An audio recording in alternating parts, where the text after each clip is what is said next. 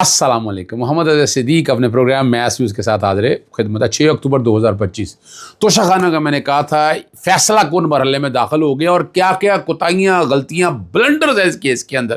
اس میں بریت یقینی ہے. اس کے علاوہ کچھ اگر آپ کرنا چاہیں تو وہ ایک علیحدہ بات ہے. رانا شمیم ہمارے دوست بھی ہیں, گلگت بلتستان کے چیف جج, اور نواز شریف کے فیور کس طرح سے میری پچھلے دنوں ملاقات بھی ان کے ساتھ ہوئی, اور نواز شریف کے لیے کیا فائدہ مند چیزیں وہ رکھتے رہے.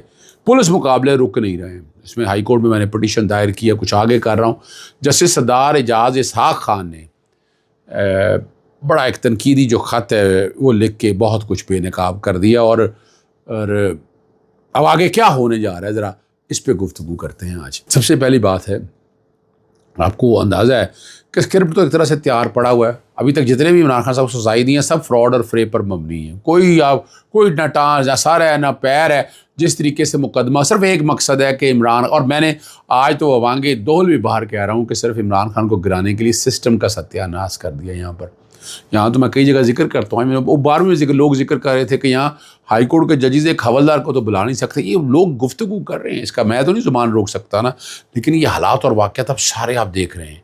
آپ کو اندازہ ہو جانا چاہیے کہ چیزیں کس سمت کی طرف چل رہی ہیں. اور یہاں عدالتوں کو ایک بے بسی, بے توقیری, یعنی عدالتوں کی وقت ہی نہیں رہے گی. اور دوسری طرف عدالتیں جو سیاسی پولیٹیکل انجینئرنگ کے لیے جو استعمال ہو رہی ہیں, یہ پروسیس نہیں رکا. بڑی باتیں کرتے رہے, یعنی پی ایم ایل این میں بہت سٹالورٹ تھے, بڑا ذکر ہوتا رہا, اور اپنا خواجہ سعد رفیق کے کیس میں بڑا ذکر ہوا, لیکن اس کے بعد وہی جو جج صاحب سے فیصلہ دینے والے وہ جناب نگران وزیر اعلیٰ سندھ بن گئے, اور یہ جتنا ظلم اور زیادتی ہوئی اس کا حصہ رہے وہ. یعنی وہ اگر آج وہ خاموشی سے بیٹھے ہوئے, وہ بندہ کو پوچھے تو ان سے کہ یہ کیا کرتے رہے ہیں آپ, کوئی جواز نہیں ہے ان کے پاس. جواز نہیں ہے, جواب بھی نہیں ہے.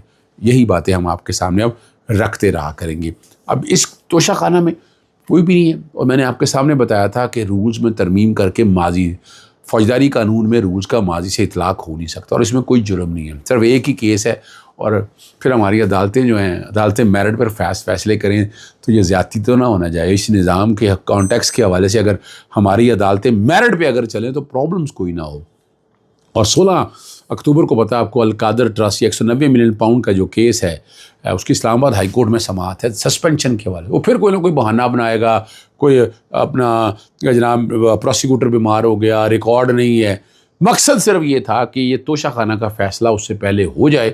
وہاں اگر سسپینشن ہوتی ہے تو عمران خان صاحب جیل کے اندر ہی رہیں. عمران خان صاحب کی سالگرہ پہ آپ نے ٹاپ ٹرینڈ رہا, یہ بھی سارا کچھ معاملہ دیکھ لیا. آج آخری ایک جو گواہ تھا اس پہ جرا مکمل ہو گئی ہے, اور 342 آخری سٹیج ہے. عمران خان صاحب اور بشرا بیوی کو سوال نامہ دے دیا گیا, اور صرف آج 6 ہے, صرف ایک دن کل کا دیا, اور 8 اکتوبر کے لیے سماعت ملتوی کر لیا کہ 342 پہ سوال نامے پہ آپ مکمل کریں. یعنی 16 وہاں گئی اور یہ 8 کے لیے دیا. اب یہاں جتنی گفتگو کرتے ہوئے وہاں اگر یہ بتایا کہ, اور وہاں گفتگو کرتے ہوئے لیما صاحبہ نے بات یہ کی کہ کل اسلام آباد ہائی کورٹ میں جج راجہ امین مناس جو ہیں یا تو چھٹی پر چلے جائیں گے یا بیمار ہو جائیں گے, ٹھیک ہے نا. اور اصولی طور پر توشہ خانہ کیس تو چلنا ہی نہیں چاہیے, اس کی سماعت یہ. اور اب یہاں اور وہاں کویشمنٹ کے کانٹیکس کے حوالے سے بات ہے, اور بڑا اہم معاملہ ہے. یعنی یہ جسٹس میاں گل حسن اور اس کو سن رہے تھے آپ کے سامنے, پہلے نیچے آیا پھر بعد میں آیا کہ, اور جورسڈکشن ایشو ہے, یعنی فوجداری جرم کا ماضی سے اطلاق, بڑا اہم سوال ہے. پہلے نیب نے رکھا, نیب کے قوانین میں ترمیم ہوئی تو ایف آئی اے نے پکڑ لیا. کتنے کا اور ایف آئی اے کے کیسز پکڑے جو نیب میں. سوال تو اٹھتا ہے, کون دیکھے گا, کون کرے گا؟ کوئی تو ہو نا جو یہاں آواز اٹھائے, جو آواز سنے, جو آواز بات کرے, جو بات کرے کلیئرٹی کے ساتھ سنے, سمجھے اس بات کو سامنے رکھتے ہوئے. مگر ایسا نظر نہیں آ رہا. چیف جسٹس سرفراز ڈوگر صاحب نے آئندہ جوڈیشل اجلاس سے قبل فعال کردار تو آپ کے سامنے ادا کر رہے ہیں. کارکردگی ماشاءاللہ بہت زبردست ہے, قانونی رائے بھی ہموار ہو رہی ہیں. اور 27 ستمبر کو جسٹس جمال مندوخیل کے زیر صدارت جوڈیشل کمیشن کا ذیلی کمیٹی کے اجلاس میں 2 ججوں کی کارکردگی جاننے کے نئے طریقہ پر غور کیا گیا. تجویز دی گئی کہ محفوظ فیصلے جو ہے 90 روز میں سنائے جائیں, روزانہ کی بنیاد پر مقدمہ لڑائیں, اور جج کی کارکردگی سے منسلک کر دیا. اس کے بعد ہم نے یہ سوال دیکھا کہ 2 ایڈیشنل اور 3 ٹرانسفر جج کو صرف غیر مؤثر کیسز دیے گئے, کوئی وہ نپٹا دیں, وہ سنیں اور سن کر فیصلہ کر دیں, چند منٹوں میں فیصلہ کر دیں, اور ڈسپوزل کی شرح جو ہے وہ بڑھا دی جائے.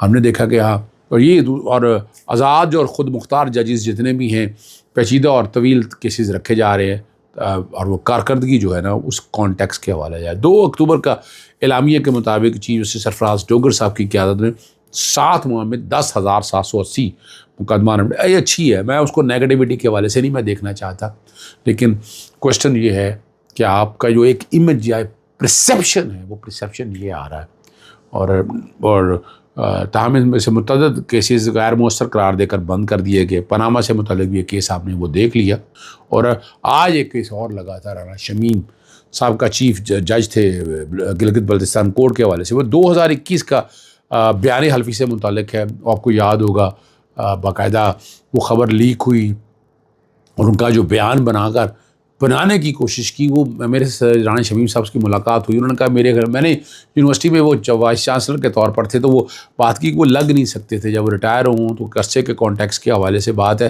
تو میں نے کہا میں نے تو میرٹ کے کانٹیکس کے حوالے سے میری کوئی ذاتی اناد نہیں ہے, میرا ان سے بہت پیار ہے. وہ vice president supreme court bar association تھے منیر ملک صاحب کے دور میں, تو یعنی وہ میرا ان سے, میں نے انہیں بڑا وضاحت کے ساتھ بتایا میرا اس سے کوئی تعلق نہیں ہے. لیکن 2021 میں جب یہ سارا بیان الفی اور انصار باسی نے خبر لی تو توہین عدالت کا کیس یہ معاملہ شروع ہوا, اور یہ پھر بعد میں پینڈنگ ہو گیا اور چیف جسٹس سرفراز ڈوگر صاحب کے پاس مقرر کیا گیا. غیر مؤثر تو ہو چکا ہوا ہے. اور پاناما کیس میں نواز شریف کے حق میں سابق جج گلگت بلتستان رانا شمیم کے مبینہ بیان الفی پر توہین عدالت کیس جو ہے نا 3 سال بعد ختم. رانا شمیم انصار باسی پیش نہ ہوئے اور غیر مؤثر ہونے کی بنیاد میر شکیل کے وکیل جو ہیں عامر عبداللہ کے مطابق سابق چیف جج جو گلگت بلتستان رانا شمیم عدالت میں پیش نہیں ہوئے. انصار باسی اور میر شکیل کی جانب سے وہ خود پیش ہوئے. انہوں نے کہا کہ رانا شمیم نے پہلے ہی عدالت میں معافی نامہ جمع کروا دیا جس کے بعد کیس ہی مقرر نہیں ہوا تھا. یہ ریکارڈ کی بات ہے, اب یہ غیر مؤثر ہو چکا ہے. ڈپٹی اٹارنی جنرل نے بھی بتایا کہ کیس طویل عرصے بعد مقرر ہوا ہے اور فرد جرم صرف رانا شمیم پر عائد تھی. اس پر چیف جسٹس سرفراز ڈوگر نے فوری طور پر کہا کہ پھر یہ کیس نمٹا دیا جائے. یعنی یہ بات جو ساری سامنے آئی ہے. اور پاناما کیس سے متعلق آپ کو یاد ہوگا یہ کس طرح کا لیک ہوا اپنا انصار عباسی, اور یہ میں نے ان سے بھی پوچھا رانا شمیم صاحب سے بھی یہ لیک کیسے ہو. انہوں نے کہا جی میں یہ تو بنیادی طور پر بیان الفی اگر تھا بھی تو یہ تو ایک اپنی ایک ول کے کانٹیکس کے حوالے سے. تو میں نے کہا پھر یہ وہاں تک کیسے سوال ہے, کسی نے تو لیک کیا ہے نا, کسی کے کانٹیکس پہ لکھوا. اور اس وقت چیف جسٹس اطہر من اللہ صاحب تھے. اب یہ غیر مؤثر کر کے نا جو ختم ہو چکا ہے. اب بہرحال یہ باتیں صرف آپ کے سامنے اس لیے بتانی ہیں کہ یہ ہماری عدالتوں کی کارکردگی کے حوالے سے اور جس طرف کی ہوا چل رہی ہو اس کے کانٹیکس میں یہ باتیں اب آپ دیکھتے رہے. سنجانی جلسہ آپ کو یاد ہے انسداد دہشت گردی عدالت کے جج عباس سپرا نے عمر ایوب, شیخ وقاص اکرم اور تاج گل صاحبہ کے وارنٹ گرفتاری جاری کر دی ہیں اور گرفتار کر کے پیش کرنے کا حکم دیا ہے.